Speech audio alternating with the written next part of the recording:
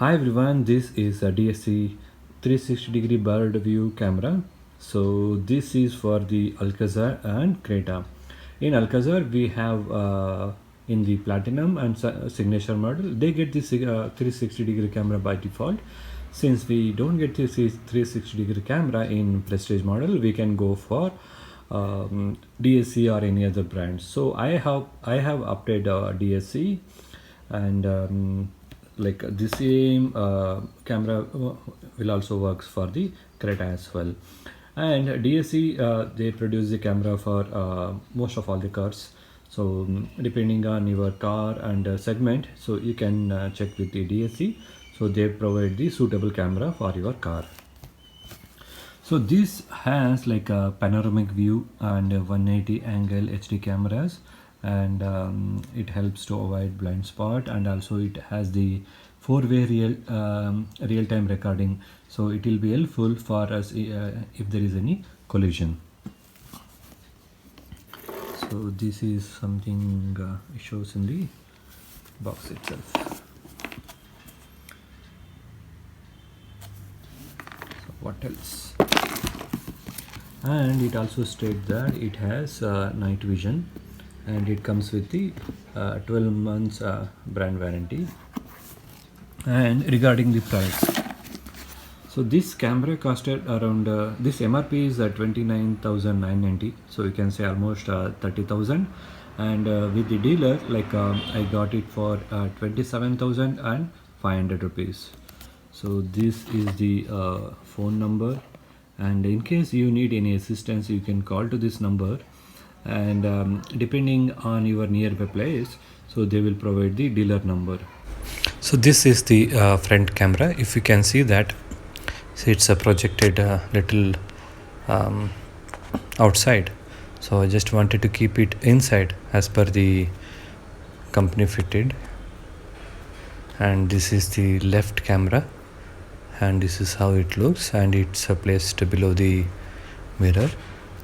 And in the rear we have the rear camera from the 360 degree camera, and also the company provided reverse camera. So I have both,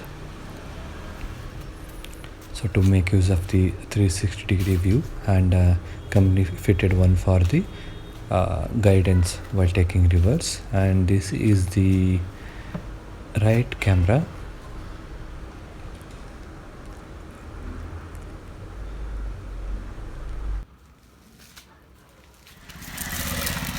So this is the remote provided by the DSC itself.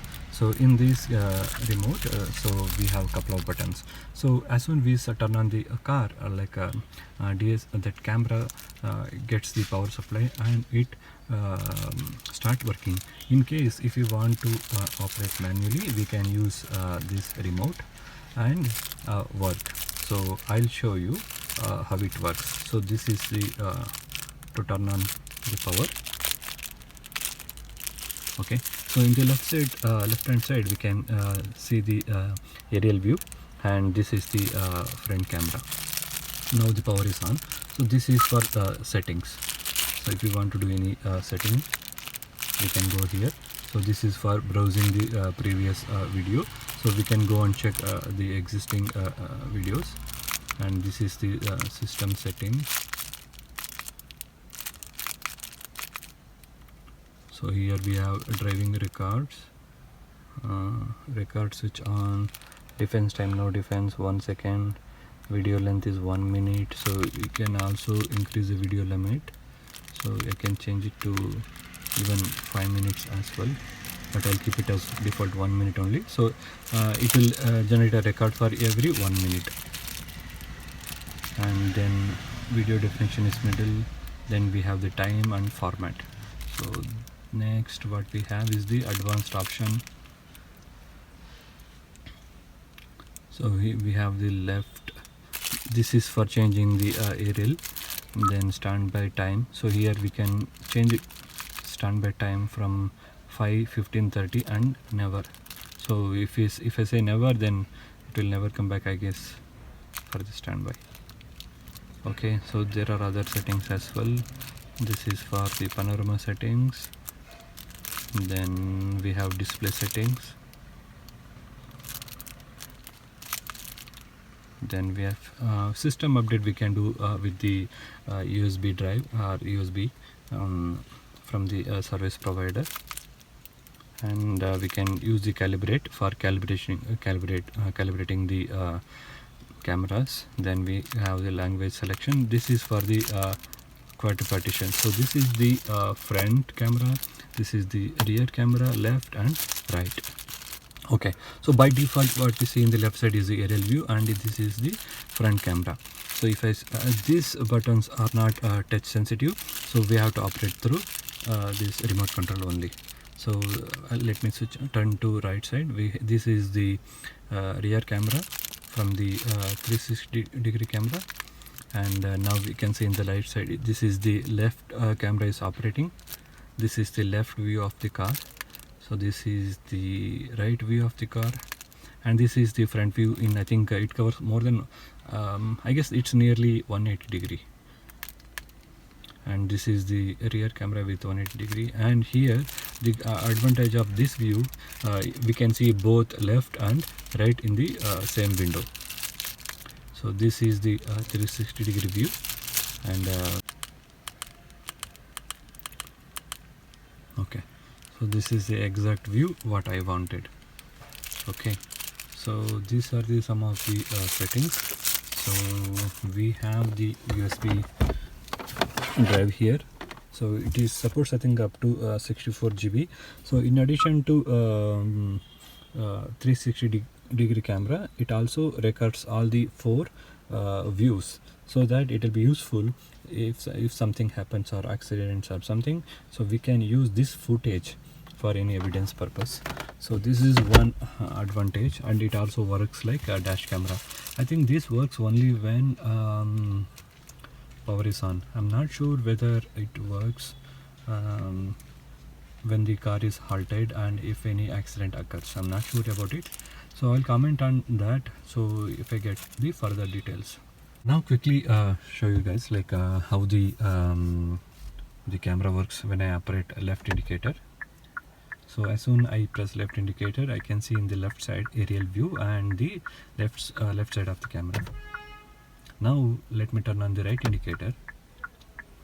So this is the right view of the camera along with the aerial view. And one thing is, now we have set the idle time for 15 seconds. So for this to go off, it takes 15 seconds. So after 15 seconds only, this screen will for example this 360 degree camera will turn off from the screen.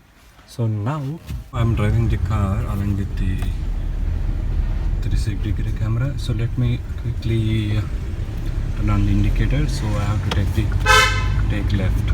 So I have turned on the left indicator. So this is very useful. I can see the traffic which is coming along this way.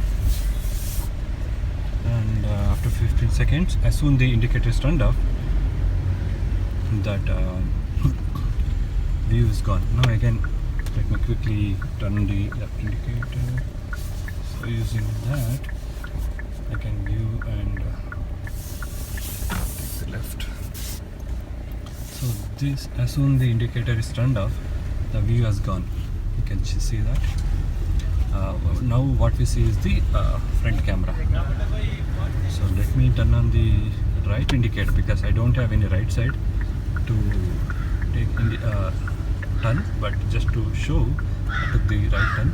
And since the indicator is still on, I can see what is there in the right side.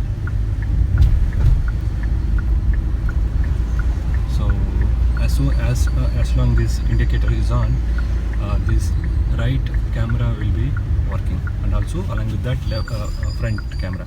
Now let me turn on the left camera. So you can see the image in the left view. So there is some construction work, pipe work is going on, you can see that. And as soon this indicator is turned off, that view has gone. So now we can see the front view. Now let me put the car back, and then let's talk about the price and everything. Okay, so now the major thing is reverse camera. So I have kept the reverse camera for the along with the 360-degree camera. The thing is, the camera which comes with the 360-degree camera, the rear camera, does not get the guidance. We get the view, but it does not get the guidance like the way we get it here.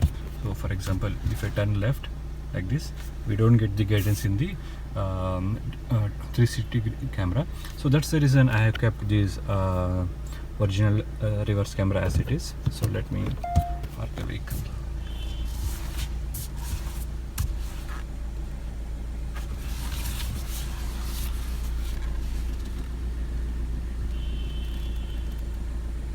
And so when I am operating this, and if I want to make use of the camera, again I can turn on this and see what view want to see.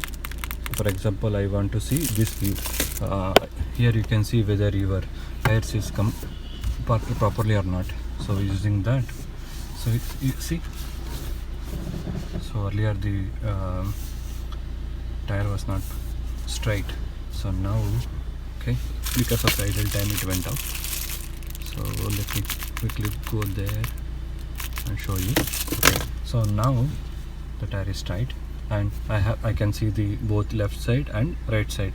So it is also very useful in the parking as well. So I think I covered most of the things.